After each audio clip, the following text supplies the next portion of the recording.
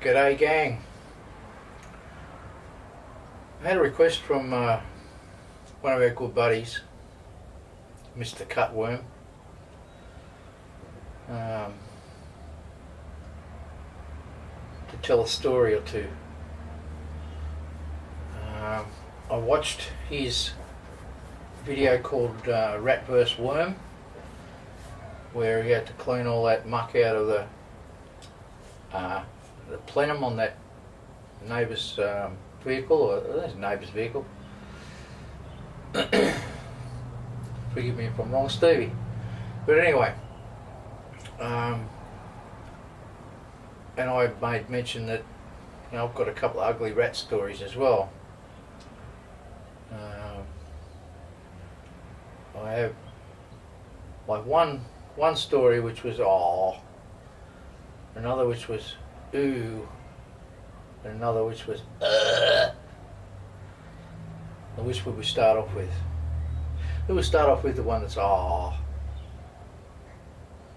that was I think I was at the first year in high school. That was probably, I don't know, a month or so into the school,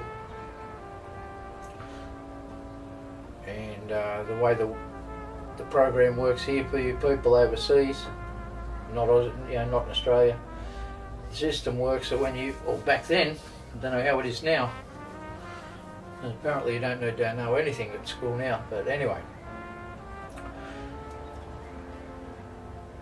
you came out of your primary, you went into the high school, and at what, age 11 or 12, something like that, and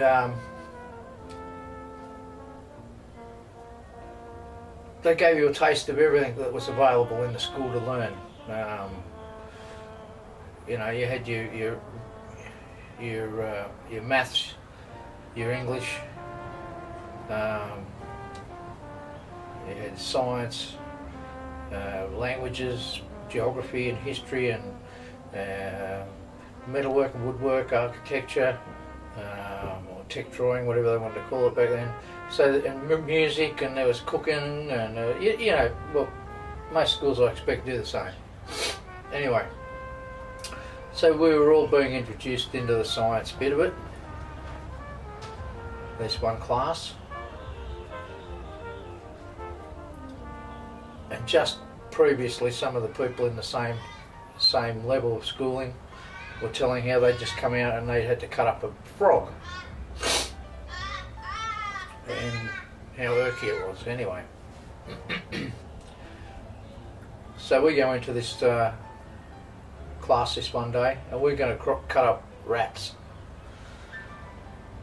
and in they come with a big tray of rats. There was, I think, 2 or 3 of us on the one project, and the idea was to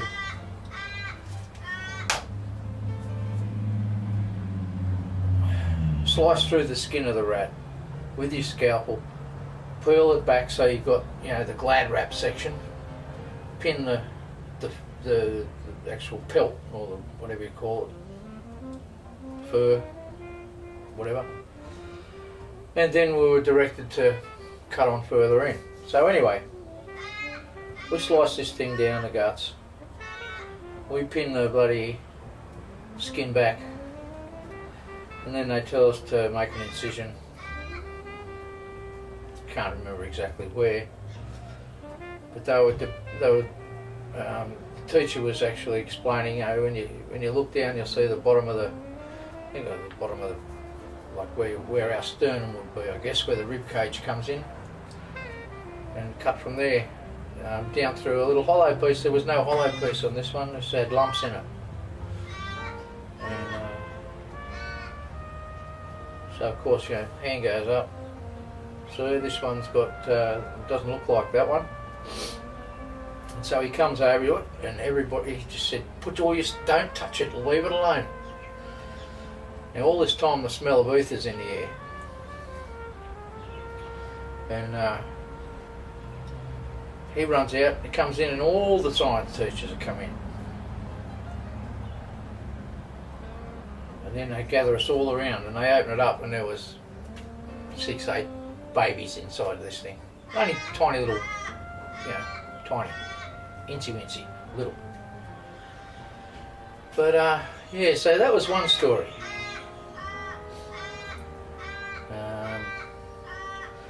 Another story was when I first started working, 17 or whatever. We used to have a lot of Morrises and Austins and Minis and things like that getting around in Australia, and they got driven. They were quite popular because they were roomy inside, front wheel drive, economical and fairly comfortable. Anyway, so we had a guy bring in an Austin 1800. You might want to Google yourself a picture if you don't know what they look like, but their suspension setup is hydroelastic, and the hydroelastic suspension is oil, and it's controlled left and right. So there's bags in the front and bags in the back, and a line that goes between the front and the back, one for each side, so that if your front wheel was compressed, the rear wheel would push down, because that's the oil doing that. And it made for a decent sort of a ride. But once if the bag or the lines, or if it developed a leak or lost any of the fluid, then of course you'd get one side and it'd be just sagging down on the ground. So we had this car come in, Austin 1800, and it had actually fractured the pipe that went from the front to the back, so there was no fluid inside the suspension. So I'm instructed to go down to a wrecking yard.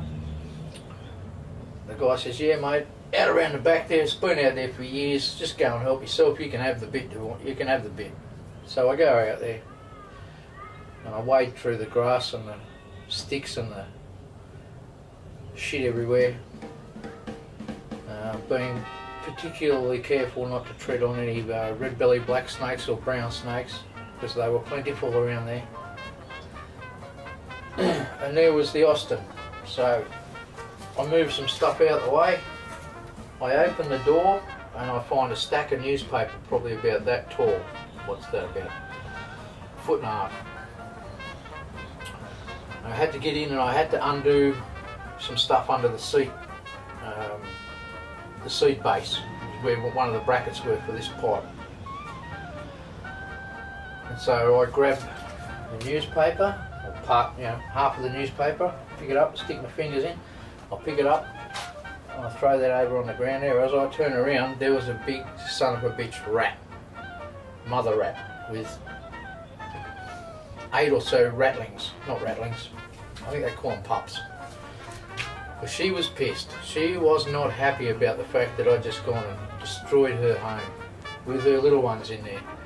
And she just pounced, wow, straight out of the car door and got me on the overalls, about there. About there. And she swung back, and of course if I said I wasn't concerned, first thing was to, get it off me. So I smack it like this, cag myself in the process, and it runs off the boat, and one of the other boys grabbed it, I think it was a 410 shotgun, and just chased it around the wrecking yard there before the amnesty of the firearms was on. But that was quite surprising. So that was story number 2. And the third one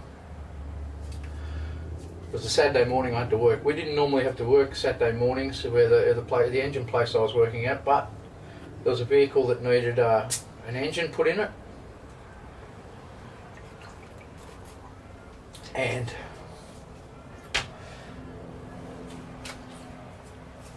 a V8 Holden Tirana, you might want to Google that picture, had a Holley carburetor on it, and you know what Holley carburetors look like on a small block Chevy, or any other V8. So you can imagine the runners of the manifold, and then the Holley carburetor there, and you've got the bowl sticks out, with the accelerator pump sitting out the front there.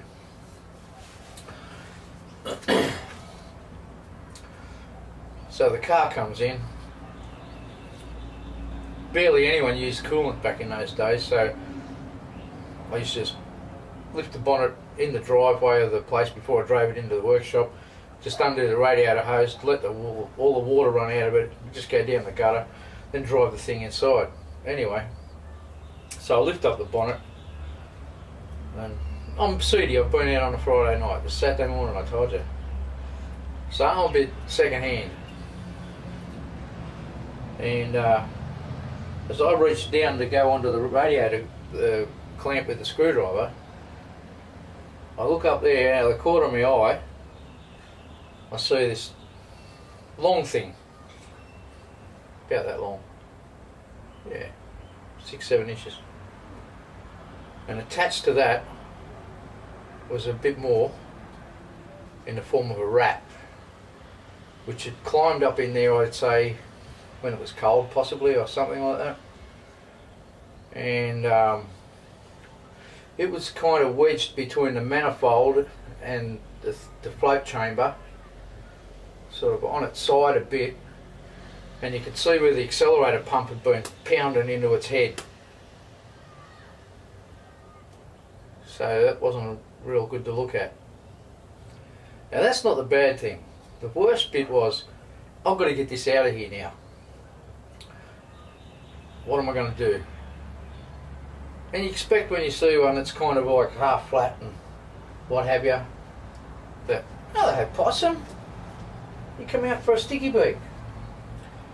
You figure that it'd be hard and it'd be all, you know, like an animal that's been out and rotted for a bit.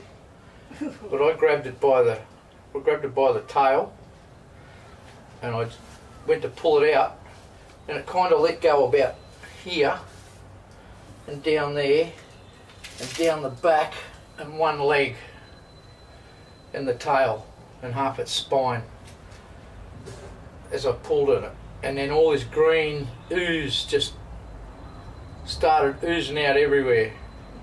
And then, like I told you, I was a bit hungover, and the smell just went whack right in the face, and I just went blah, and I left all of last night's dinner, all the alcohol I'd drunk, plus breakfast, all over this guy's engine bay.